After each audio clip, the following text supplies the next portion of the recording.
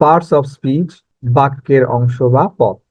Parts of speech ইংরেজি ব্যাকরণের খুবই গুরুত্বপূর্ণ একটি অধ্যায়। পার্টস অফ স্পিচের সংজ্ঞা হলো, পার্ট এর বাংলা অর্থ অংশ, আর স্পিচ এর অর্থ হলো উক্তি, কথা বা বাক্য। সুতরাং পার্টস অফ স্পিচ এর অর্থ হলো বাক্যের অংশ। নিচে একটি উদাহরণ দেওয়া আছে, হি ইটস রাইস রেগুলারলি। সে নিয়মিতই ভাত খায়। এটি একটি অ্যাসার্টিভ সেন্টেন্স, আর এই বাক্যটিতে হি হচ্ছে একটি প্রোনাউন, ইটস একটি ভার্ব, রাইস হচ্ছে অবজেক্ট বা একটি নাউন, রেগুলারলি এটি একটি অ্যাডভার্ব। এই বাক্যে দেখা গেল যে বাক্যের প্রত্যেকটি অংশই কোনো না কোনো parts of speech. Parts of speech এর প্রকারভেদ। পার্টস অফ স্পিচ ইংরেজিতে মোট ৮ প্রকার, যথা নাউন বা বিশেষ্য, প্রোনাউন যার বাংলা সর্বনাম, অ্যাডজেক্টিভ বিশেষণ, ভার্ব ক্রিয়া, অ্যাডভার্ব ক্রিয়া বিশেষণ, প্রেপোজিশন সম্বন্ধসূচক অব্যয়, কনজাংশন সংযোজক অব্যয়, ইন্টারজেকশন আবেগসূচক অব্যয়। নাউন কাকে বলে? নাউন বিশেষ্য, এর সংজ্ঞা হচ্ছে যে ওয়ার্ড দ্বারা কোনো কিছু নাম বোঝায় তাকে নাউন বলা হয়। এই নামগুলো যে কোনো কিছুর হতে পারে, যেমন উদাহরণস্বরূপ বলা যায় মানুষের নাম অয়ন, রায়ান, রাব্বানি, লাইবা, রাইসা, ফাইজা, আতিফা। নাউন কোনো জায়গার নামও হতে পারে, যেমন ঢাকা, খুলনা, বরিশাল, চট্টগ্রাম, কুমিল্লা, কক্সবাজার ইত্যাদি। অথবা কোনো প্রাণীর নাম হতে পারে, যেমন cow, horse, cat, dog, lion, tiger, bear. এভাবে নদীর নাম, সাধারণ নাম যেমন ম্যান, উইমেন, স্টুডেন্ট, কান্ট্রি। কোনো বস্তুর নাম ওয়াটার, রাইস, মিল্ক, আয়রন। কোনো গুণের নাম বিউটি, ট্রুথফুলনেস, অনেস্টি, কাইন্ডনেস। অথবা কোনো সমষ্টির নামও নাউন হতে পারে, যেমন টিম, ক্লাস, আর্মি। এক কথায় পৃথিবীতে সকল কিছুরই কোনো না কোনো নাম আছে, আর এই সকল নামই হচ্ছে নাউন। পার্টস অফ স্পিচের দ্বিতীয় প্রকার হচ্ছে প্রোনাউন বা সর্বনাম। যে ওয়ার্ড কোনো নাউন বা নাউন জাতীয় শব্দের পরিবর্তে ব্যবহৃত হয় তাকে প্রোনাউন বলে। উদাহরণ দিয়ে দেখা যাক, Rakib reads in class 5, he goes to school regularly. এটিও একটি অ্যাসার্টিভ সেন্টেন্স, আর এই বাক্যটিতে রাকিব হচ্ছে মূলত নাউন। রাকিব পঞ্চম শ্রেণীতে পড়ে। হি গোজ টু স্কুল রেগুলারলি, সে নিয়মিত স্কুলে যায়। রাকিব, রাকিবের পরিবর্তে এই হি শব্দটি ব্যবহার করা হয়েছে, আর এই হি শব্দটি হচ্ছে একটি প্রোনাউন। যে সমস্ত ওয়ার্ড প্রোনাউন হতে পারে তার একটি তালিকা দেওয়া আছে এখানে, যেমন I, we, me, my, mine, us, myself, our self, you, your, yourself. এভাবে বাকিগুলো দেখে নেবেন। পার্টস অফ স্পিচের তৃতীয় প্রকার হচ্ছে অ্যাডজেক্টিভ বা বিশেষণ। যে ওয়ার্ড কোনো নাউন বা প্রোনাউনের দোষ, গুণ, অবস্থা, সংখ্যা ও পরিমাণ প্রকাশ করে তাকেই অ্যাডজেক্টিভ বলা হয়। উদাহরণ দিয়ে দেখা যাক, he is an honest man. সে হচ্ছেন একজন সৎ ব্যক্তি। এটি একটি অ্যাসার্টিভ সেন্টেন্স বা বর্ণনামূলক বাক্য। এই বাক্যটিতে এই অনেস্ট শব্দটি হচ্ছে অ্যাডজেক্টিভ, আর এই অনেস্ট শব্দটি দিয়ে হি বা এই ব্যক্তির দোষ গুণ বোঝানো হয়েছে, অতএব এটি একটি অ্যাডজেক্টিভ। আর অ্যাডজেক্টিভের অনেক প্রকার রয়েছে, তবে কিছু শব্দ এখানে তালিকাভুক্ত করা হয়েছে যেগুলো সচরাচর আমরা বিভিন্ন বাক্যে ব্যবহার করে থাকি। যেমন দোষ গুণ বোঝাতে good, bad, tall, short, big, small, fine, nice, brave, beautiful, ugly, large, great, new, old, lazy, pretty, clever, wise, sweet, so ইত্যাদি। এই সমস্ত শব্দগুলো দোষ গুণ বোঝাতে ব্যবহৃত হয়ে থাকে। এছাড়াও অবস্থা বোঝাতে, যেমন strong, weak, poor, rich, fat, thin, slim, high, এই সমস্ত ওয়ার্ডগুলো অ্যাডজেক্টিভ হিসেবে ব্যবহৃত হয়ে থাকে।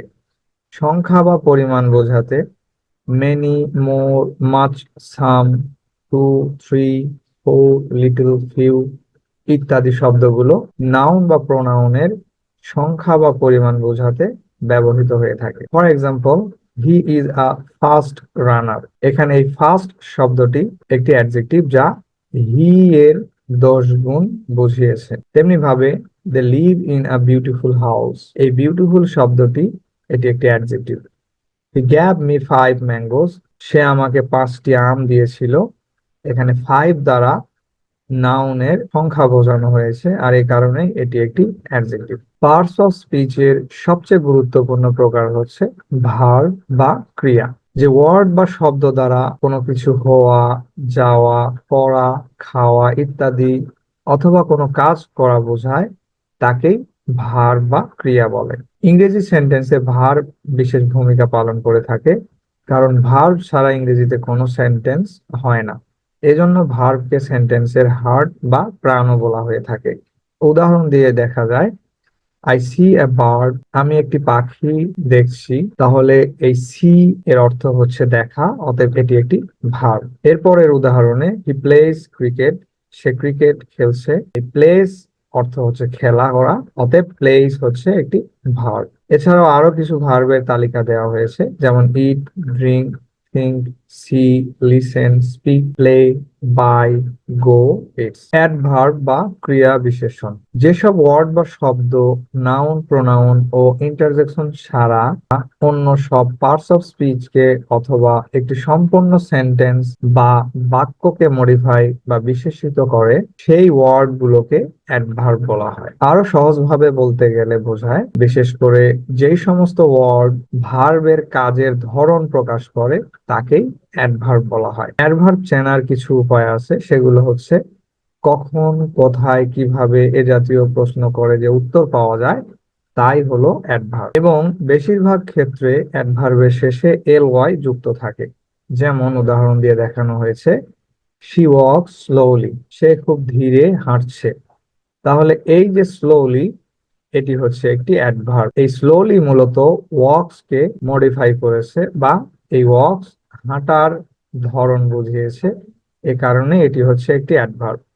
আরো কিছু অ্যাডভার্বের তালিকা দেওয়া আছে, সেগুলো হচ্ছে beautifully, attentively, clearly, 4 Times, daily, honestly, unfortunately, outside, shortly, it's. Preposition বা পদান্বয়ী অব্যয় যে ওয়ার্ড কোনো নাউন বা প্রোনাউন বা নাউন ইকুইভ্যালেন্ট এর পূর্বে বসে, সেই নাউন বা প্রোনাউন বা নাউন ইকুইভ্যালেন্ট এর সাথে অন্য কোনো ওয়ার্ডের সম্পর্ক স্থাপন করে তাকে প্রেপোজিশন বলে। আরো সহজভাবে বলতে গেলে, যেই সমস্ত ওয়ার্ড কোনো বাক্যের মধ্যে নাউন প্রোনাউনের মাঝে সম্পর্ক স্থাপন করে সেগুলোই হচ্ছে প্রেপোজিশন।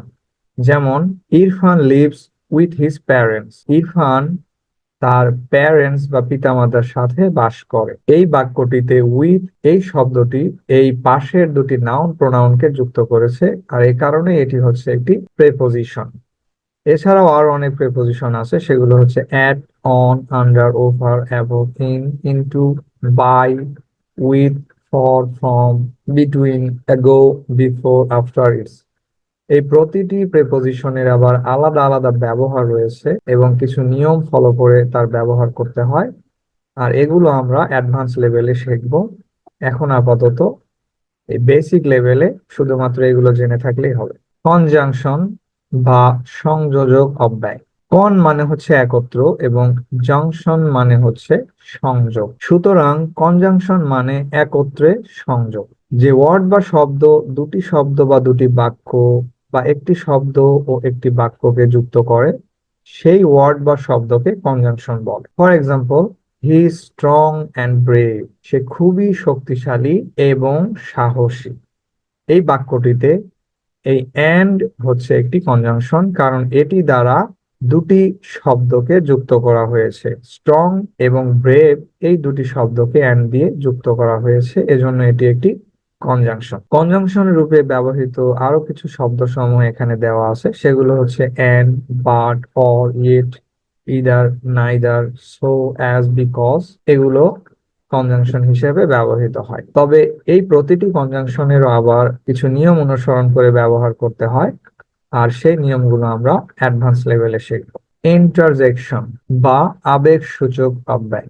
যে সকল ওয়ার্ড মনের আকস্মিক আনন্দ, বিষাদ, বিস্ময়, ঘৃণা, উচ্ছ্বাস প্রকাশ করে তাদেরকে ইন্টারজেকশন বলে। যেমন, ও হোয়াট আ বিউটিফুল হাউস। বিস্ময়ের সাথে বলতেছে যে বাড়িটি কতই না সুন্দর। এভাবে আরো অনেক উদাহরণ আছে, যেমন how nice the bird is, পাখিটি কতই না সুন্দর। Alas the man is no more, আক্ষেপের সাথে বলতেছে যে মানুষটি আর বেঁচে নেই। এই সমস্ত বাক্য যা দ্বারা মনের আকস্মিক ভাব প্রকাশ পায়, আনন্দ, বিষদ, বিস্ময়, ঘৃণা, এগুলোই মূলত হচ্ছে ইন্টারজেকশন।